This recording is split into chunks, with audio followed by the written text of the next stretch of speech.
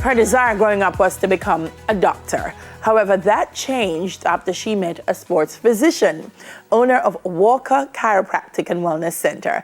Dr. Venessa zooms in from Florida to share her story. Good morning. Welcome to Smile Jamaica. Good morning. How are you doing this morning? I am well. It's hot in Florida, but I am well and excited to be here with you. Very hot here as well. Doc, you started out wanting to be a medical doctor, to be a physician.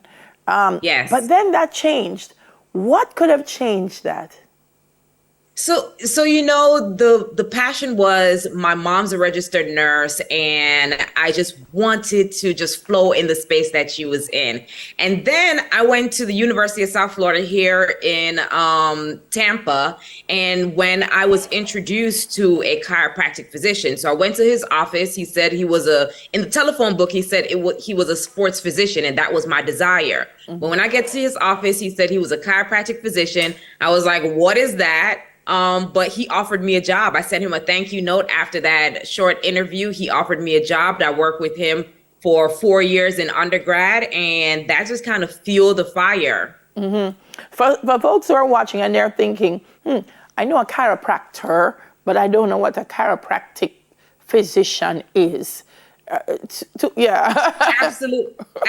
So I can share with that. I look to make sure that your spine and nervous system is working at its optimal level, right? So in our spine, we have vertebrae that are stacked. It can get inflamed from thoughts, trauma, or a toxin. So as chiropractor, I am making sure that what we call subluxations are not disrupting the flow of the body working at its optimal level. Mm-hmm. It's a specialization. Did you at any time think, maybe I should, let me go back to what I thought I wanted to be before, but once you start doing this, you say, oh no, this is it for me, I love it?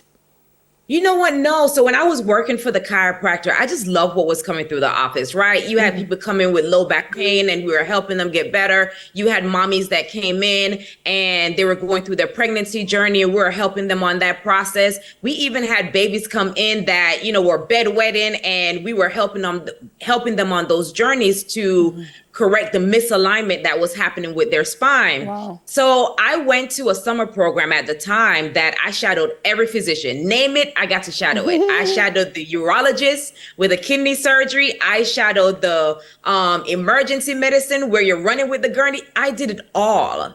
But all through that, I was just passionate about what was happening in the office. And I came back and applied to chiropractic school and started that journey. It was tied into what I desired to do, which was sports medicine, and it just flowed. Yeah, and it's interesting because just listening to you talk about the range of patients that you see, Yes. A lot of times people will think, because you said sports physician and sports medicine, that it would only be athletes. But you're saying it ranges in age, in situation, everything. How difficult is that? Because it means someone can walk in and it can be a number of things that's going on with them.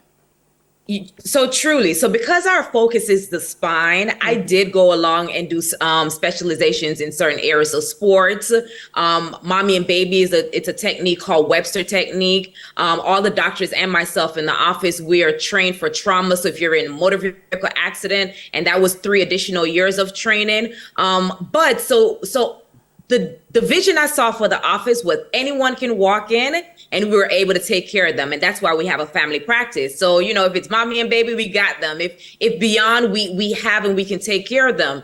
So the difficulty it doesn't become difficult because we got trained in those areas to make sure that who's coming through the door, we absolutely can take care of them. What's been one of the most challenging yet the most rewarding experience that you've had with a client? Challenging but rewarding. So all the rewarding, I will say, is so you just show on the picture is a mommy and baby. Most times people don't think bring your child to the chiropractor, right? Mm-hmm. How do you adjust the baby? When we're adjusting the baby, we're actually putting light force pressure as if you put on a tomato, right? So it's kind of like that type of pressure that's happening with the adjustment. But just imagine a mom comes in and she up all night because the baby just cry, and she don't know if it's colic, she don't know what is happening. And baby comes into the office, you're adjusting them a few times because we typically put them on a care plan that is directed for them, right? And thereafter, mommy's like, I can sleep a little bit. Do you know the difference, the world of difference that makes for a mom? I can give you another experience. Someone comes in the office and they're chronic migraine, just ongoing migraine. They go through the process of getting adjusted. And with that process, they're like, I can think better. I can move better. I can function better in work, in life, in play. It's a vast difference because sometimes in life, we think that pain should be a lifestyle. Yeah. But pain is an indicator to tell you something is wrong, right? Something is wrong and you should be doing something. And through chiropractic, we help not just to decrease the inflammation, decrease the pain, but have you live an optimal level. Yeah, we especially here in Jamaica, we tend to take in the pain and we say, oh, yes, I got through little pain. But it's constant. You know, and you are correct. If there's pain, something is wrong. And I like what you say about adjusting. I have a friend, man, he loves the chiropractor. I'm like, where are you going? Every minute you're going to get yourself adjusted. What are you doing? But he does it and he's great. Is this something that you feel more people should become aware of? Just how much, you know, going to the chiropractor can give you a better quality of life? Absolutely. I think everyone. So I always say, when was the last time you had someone examine your spine? You don't get into your car and don't make sure you have a tune-up or to tire them good, right? So I think everyone should have their spine evaluated to see what will allow you to live an optimal life. We talked about pain just now. And while as chiropractors, we're not looking for the pain because pain is an indicator, but it also disappears, right? We're looking for the root cause. What is allowing for the body to not function at its optimal level in that moment due to a subluxation? So I do believe everyone should be evaluated, and there are different processes that happen, right? So you might go and you're like, look, you know, at work, I sit a lot and I feel tenderness in my back. And we find some indicators to say that, yes, you should have blank amount of adjustments in order to make that process get to a wellness plan. And then you might have someone who has chronic migraine that may have an increased amount of times that they have to come and see the chiropractor. But everyone should get evaluated. Yeah. I'm sorry you're not in Jamaica. My whole crew, they lift stuff and move stuff, and I think they all need to get adjusted. Before you go, you run a charity to help other female doctors thrive in business. Can you tell me quickly about that before we go? No, absolutely. So that portion isn't directly a charity, but so in our profession, we are the minority, right? Yeah. 1 Black, 2 female, right? So the journey is not easy, but we are needed.